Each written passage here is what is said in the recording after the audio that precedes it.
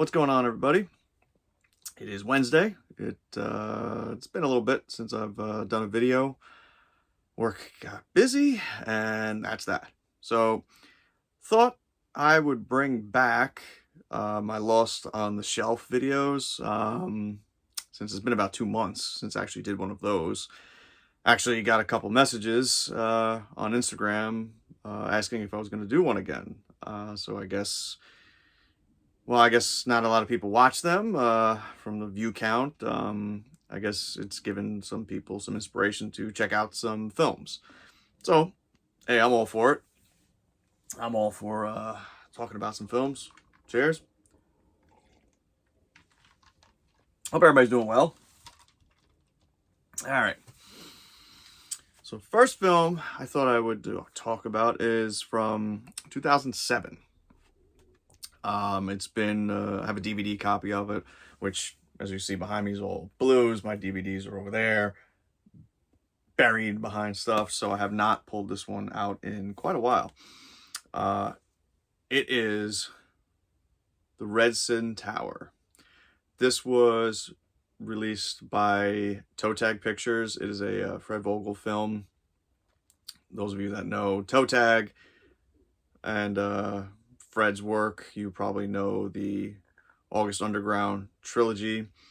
This is not like those films, so I know a lot of people, when they hear Fred's name, they immediately want to dismiss the film because they think of August Underground films and they're just not into them. This is not like that film at all. This is a like an obsessed ex-boyfriend possession combination film. So it's not your typical film from Fred. But as I said, it's from 2007. This edition is actually from 2014. This is a 5-disc edition. It's called, I think it's the Possessed Edition. Yeah, Possession Edition it was called. You can see it does come signed. Sorry about the hey, look, it's me in the picture. Okay. Yeah, this is what happens when I do videos. But yeah, this one came signed. It is out of print. So it is tough to track down. As I said, this is a 5-disc edition. There is a single disc edition that was done before this. But both of them actually rarely come up for sale. If you happen to come across it, though, and you like what I have to say about it, yeah, pick it up, check it out. I am hopeful that Unearthed Films is actually going to put this out, because they are going to release the August Underground trilogy. I thought they were going to do a box set, but they announced the first one coming out this August. So I guess they're going to do them individually. Hopefully not too far apart. I'd hate for it to be dragged out like that. I do have those films, but I'm not here to talk about that. Let's talk about The Redsin Tower. So as I said, it is from 2007, and the way the film starts is you have a girl named Kim who breaks up with her boyfriend. Now, we've all been down that road that you're with somebody for a long time. I believe they said they were together 6 years. You're with somebody for a long time. The person doing the breaking up is obviously wanting to break up. The other person doesn't. And being together with somebody for that long, it's very difficult to go through and get over.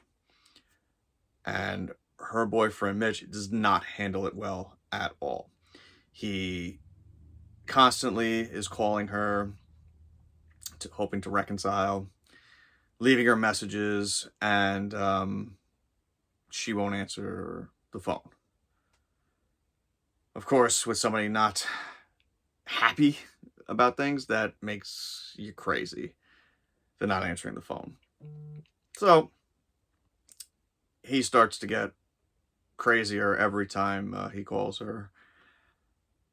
Kim's friend Becky comes over, wants to take her to a party. She's thrilled that they broke up because she hated her boyfriend. And they convinces her to go out.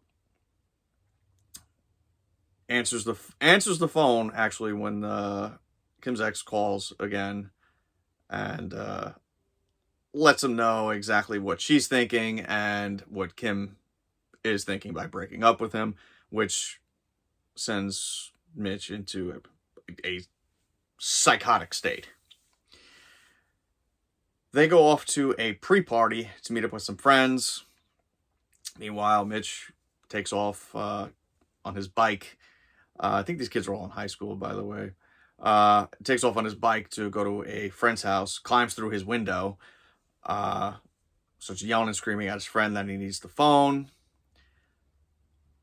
pulls up the number of where, the address, excuse me, of where this party is going to be held, because he knows about it, calls the cops and tells them underage drinking, drugs, all the crap we did in high school.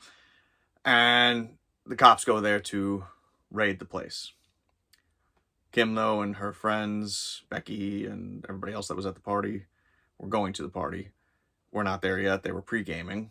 So a couple of the guys show up there, tell them, the place got raided. What do we want to do? And Becky comes up with the idea to go to the Redsin Tower. The Redsin Tower is a haunted tower where all kinds of despicable things happened, and it's closed off. You're not allowed to go there, but Becky says she's been there. She knows how to get there, so let's go. On their way, they stop off to get beers, and Kim's ex-boyfriend was on the move. Also, while he was at his friend's house, got his friend's dad's gun. He was riding along. I think he was going to where that party was. They don't say. But Kim and the people she's with drive past him. He sees them and turns around and starts following them. Catches up to him at a gas station, confronts her, gets physical, and gets his ass handed to him. They take off to go to the Redsin Tower. Mitch follows.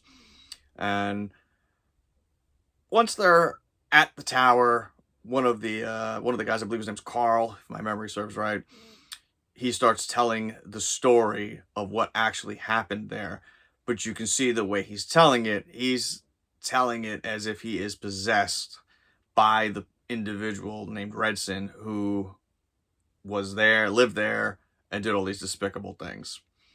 Freaks everybody out. And kind of snaps out of it. They party. They're having a good time. And once Mitch catches up to them, shit starts going down. But not just with him. As I said, this is like a revenge boyfriend. Crazy psychotic boyfriend. Not really revenge. Crazy psychotic ex-boyfriend and possession film. Things start happening possession-wise to several of the girls and guys that are at this party. Mitch breaks into the back of a van that they went to the tower in, and finds a hatchet. So he takes that and heads into the tower. He comes across Becky, confronts her, and kills her. The possession takes hold of probably at least three of the... takes hold... I don't want to give it completely all away, but it takes hold of a few of them. And shit just gets crazy. It is from Toe Tag, so there are some good practical effects, but nothing crazy. Like, there's no, like, I'm thinking of August Underground now. There's no, like cutting dicks off or anything, like, crazy like that. Just really good effects done, as with all of Fred's films. And it's really good. Besides, like, August Underground, I feel like Fred went and did some other films like this, and it was really enjoyable.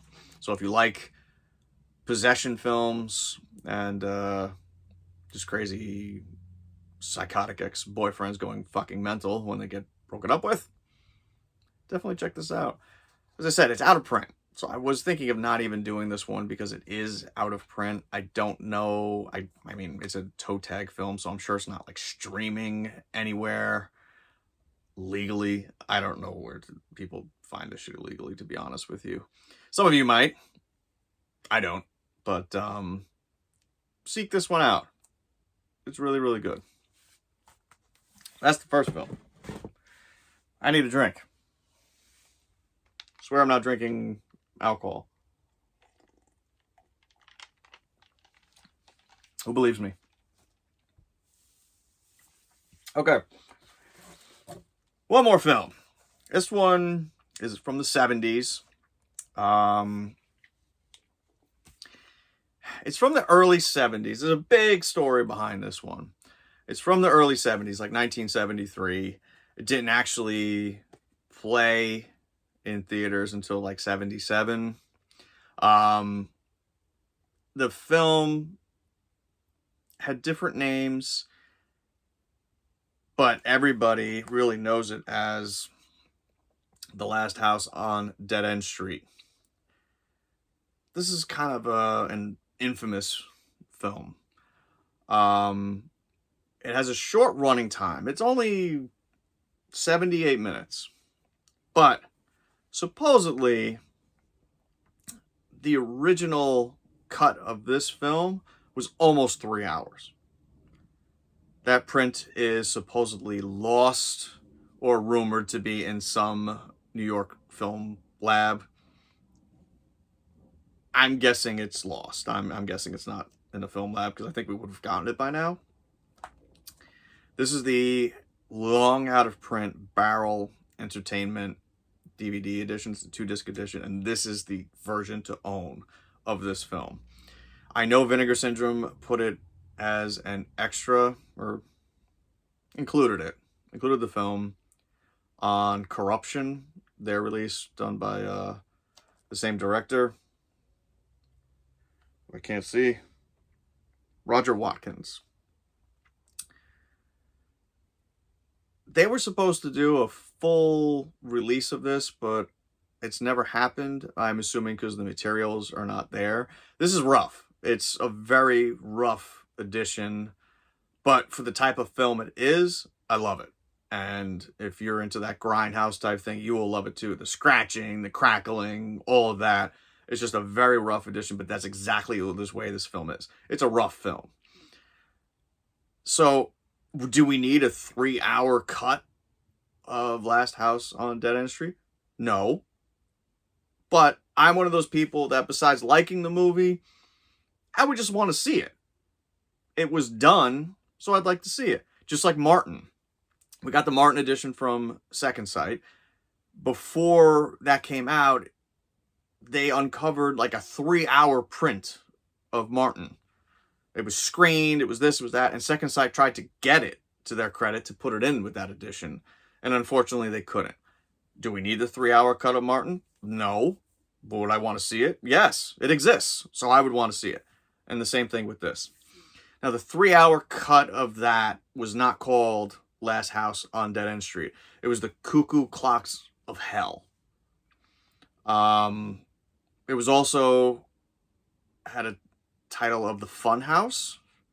There is a bonus thing on here of like the opening and ending credits scenes with that name. But while it wasn't released until 77, it was filmed in 1973, and the distributor changed the name to Last House on Dead End Street in an attempt to capitalize on the Last House on the Left by Wes Craven that came out in 1972. So that is why it has this name, and that is what it is mostly known for. Now, this gained a ton of popularity in the 70s in the grindhouses of Times Square in New York City, because all of the actors involved all used fake names. It was rumored that all of the murders were real. And of course, the distributor played that up to take advantage of that to get people in theater. And why not? I would. It was also rumored that it was like a Mexican mafia film. So there was all kinds of crap around this film. that wasn't true, but it obviously gained a lot of attention. So, Roger Watkins is the writer, director, and main actor of this film. He comes out of jail, has an axe to grind with the world, basically. Decides that he wants to make movies, and the movies he wants to do is basically he wants to kill people on screen. He visits a friend that he knows has a camera, gets him involved, gets other people he knows involved, and this is where they start filming these murders. Somebody sees it. It's given to somebody to check out. And they like it because it looks so real. They want to know how it's done, and they're very interested. So they invite him out. It was the wrong thing for that guy to go there. But that's what this film is. There's a lot of violence. It's not like it. I think it's not really scripted. Like, I think most of it is just ad-libbed and just done on camera. Probably weren't a lot of takes. But yeah, that's how it goes. The friends that he has involved, like the guy that's filming, is not, when he sees the first time that this happens, you can see he is shocked. He didn't expect that, obviously.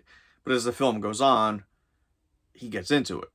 He gets into it more and more. There's a lot of things taken from this film that you may recognize from, like, the American Guinea Pig series from Unearthed. Probably the Japanese ones too. I'm trying to run those through my head really quick. But yeah, it is a violent film. As I said, it's only 78 minutes. This cut is the only existing cut right now. So if you like a grindhouse film of just anger and blood and guts and strange films, like, this is right up your alley. Now, this Barrel Edition, as I said, this is the version to own. It is available, as I said. There's an extra on Corruption, available through Vinegar Syndrome on Blu-ray. This is a double disc DVD. There is a DVD available on Amazon as well, which I'm assuming is a bootleg. But either one of those versions I would pick up if you've never seen this, just to check it out. This edition used to be ridiculously expensive. I mean, brand new, $250. I'm sure it being bootlegged and Vinegar Syndrome releasing it, supposedly with I think it's a 2K scan. That's kept a lot of the prices of this down. But when you find it, some people still ask crazy prices for it, but it's a little bit more reasonable.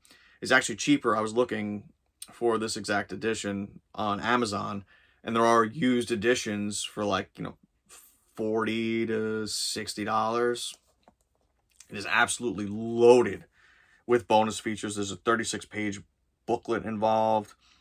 There's audio commentary with Roger Watkins and Deep Red's Chaz Bomb. Oh, Chaz, R.I.P. Chaz. Chaz was great. So he has a commentary track on here. So that may interest a lot of people.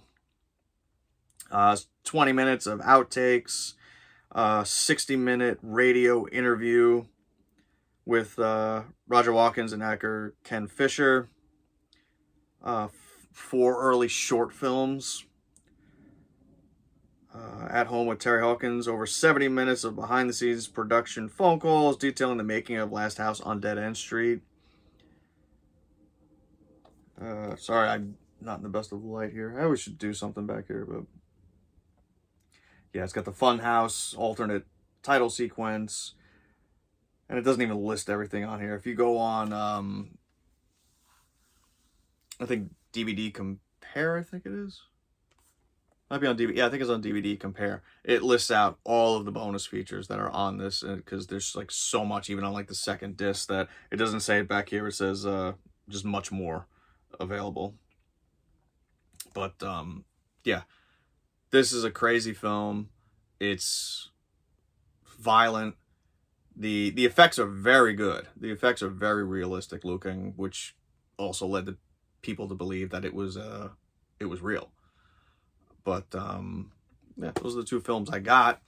Let me know if anybody has these editions. If they sound interesting. If Claire, if they have any more questions about them. But yeah, these are two not really spoken about films all that often, just because they've been out of print for some time. Definitely check them out. Thank you for watching. If you're not subscribed, why not? You can see me doing stupid things all the time. Not all the time. A little more often than usual. I do have a collection update video coming.